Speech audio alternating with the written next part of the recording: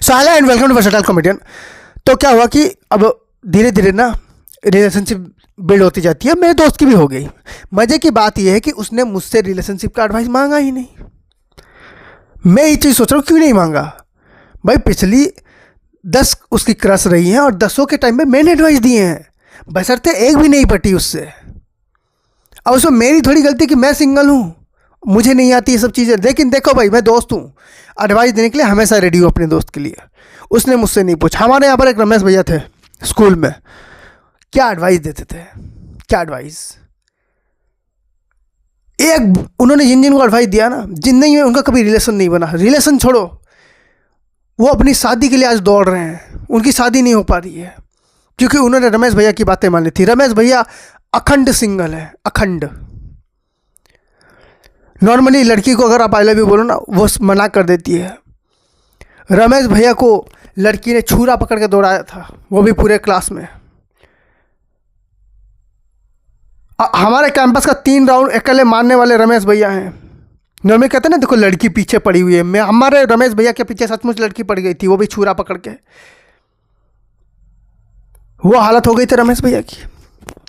लेकिन दूसरे ही दिन रमेश भैया अपने कर्तव्य पे कायम, उन्होंने रिलेशनशिप एडवाइस देना बंद नहीं किया, चालू ही रखा। ऐसे ही चल रहा था। तो मैंने अपने दोस्त को भी बोला कि तूने रमेश भैया से रिलेशनशिप एडवाइस ली क्या। वो बोलता हाँ ले ली थी। मैंने कहा फिर तेरा भी कार्यक्रम हो चुका है, अब तुझे भी लड़की नहीं मिलेगी। अब मैं क्या देख रहा हूँ, मेरा दोस्त कहता कि अब मुझे मिलेगी तो लड़की। वो कैसे, ना तो मुझसे एडवाइस ले रहा है ना रमेश भैया से। बननी तो वैसे भी नहीं थी, लेकिन अब तो बिल्कुल नहीं बनेगी। मेरा दोस्त कहता नहीं बनेगी। रीज़न पूछो। मैंने कहा क्यों। कहता चैट जीपीटी से पूछ लूँगा। मैंने कहा किससे, चैट वाले से। कहता है चैट वाले से नहीं यार, चैट जीपीटी से पूछ लूँगा। मैंने कहा अच्छा ठीक है भाई, पूछ लियो। अब चैट जीपीटी क्या करता है पता है, आपने जब उसको शुरुआत में एक दिन हेलो बोला था, याद है जब आप नए नए लेके आए थे चैट जीपीटी अपने मोबाइल में, फिर आपने हेलो लिखा था, उसको वह हेलो याद रहता है। भाई चैट जीपीटी को तुम कम मत समझो, एआई बहुत डेंजरस चीज़ है। उसने शुरुआत में हाय को लिखा हुआ था भाई, उसको तुम्हारी सारी करतूतें पता है।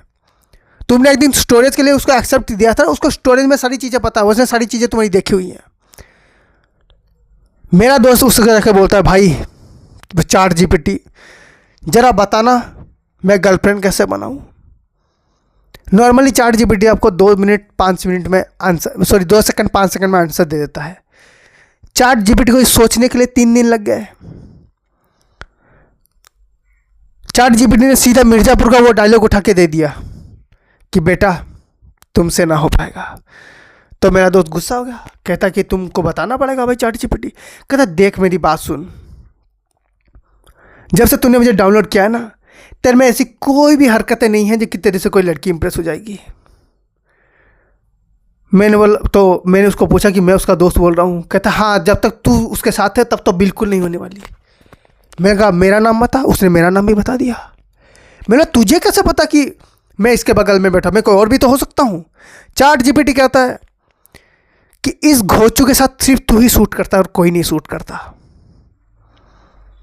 इतना देखते ही हम दोनों दोस्त एक दूसरे का मुंह देख रहे हैं कि बेइज्जती हुई किसकी है, इसकी हुई है मेरी हुई है।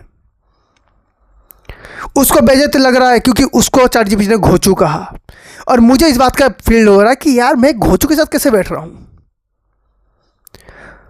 तो हमने बोला कि अच्छा बताइए ज़रा, अगर ये कौन से स्टेप फॉलो करेगा तो लड़की पड़ जाएगी। कहता है कि बहुत इजी है। कहता कौन सी। पता चैट जीपीटी ने क्या बोला, इस जन्म में नहीं हो पाएगा, तुम लोग अगला जन्म लो, वो भी अंबानी के घर पे। मैंने कहा क्यों, किसी और के घर में पैदा होंगे तो नहीं। कहता नहीं, देखो तुम लोग का अलग सिस्टम है, तुम लोग जैसे हो ना, तुम लोग को सिर्फ पैसा ही बचा सकता है। कुछ लोग होते हैं कि जिनकी प्लास्टिक सर्जरी करके या फिर पैसा आने के बाद उनका लुक चेंज करके अच्छे दिख सकते हैं। मैं तुम लोग को बहुत अच्छे से सूंघ चुका हूँ, तुम लोग का कुछ नहीं होने वाला। मैंने कहा ऐसी बातें मत करो, कुछ तो बताओ। ये बंदा रोने लगा है। कहता है ठीक है चलो बता देता हूँ। उन्होंने बोला लड़कियों के साथ रेस्पेक्ट से बात करो। मेरा दोस्त उसी टाइम में लिख के बोलता है कि रेस्पेक्ट का मतलब क्या होता है वो बताओ। ChatGPT कहता फिर रहने दो, अब तुमसे नहीं हो पाएगा। तो हमने क्या किया, हमने बोला यार नहीं, शायद ये सस्ती वाली इसलिए बता नहीं रही। मेरा दोस्त पैसे दे के खरीद रहा है ChatGPT को, पैसे दिए, प्रीमियम लिया। प्रीमियम लेने के बाद मेरा दोस्त फिर खुलता कि अब बताओ। पता अब ChatGPT की सुर बदल गए थे, बिल्कुल सुर बदल गए थे। पैसा लिया ना, ChatGPT कह रहा अबे साले तू अगर मुझे पैसे दे भी देगा तो मेरा ओपिनियन थोड़ी बदल जाएगा। पैसे देने के बाद मैं थोड़ा वाइडली बात करता हूँ। इसका मतलब ये है कि पहले मैं तेरी थोड़ी बेइज्जती कर रहा था, अब मैं तेरी भर के बेइज्जती करूँगा। ना तेरे पास शक्ल है ना सूरत है, तेरे बाप के पास पैसा नहीं है, ना तेरे पास है ना तेरे दोस्त के पास है। रेस्टोरेंट तुम लोगों ने सिर्फ सुना है, 5 स्टार होटल आज तक तुम लोगों ने देखा नहीं है। सड़क के साइड में जो ठेले होते हैं उसमें भी तुम्हारी बाकी चलती है, और 2 हफ्ते बाद वो बंदा भी तुम्हें उधार देने से मना कर देता है। तुम लोग वो हो। आजकल हम सोच रहे हैं कि हम दूसरा ऐप यूज करेंगे। So thank you so much for watching this video. If you like then please like and subscribe and enjoy.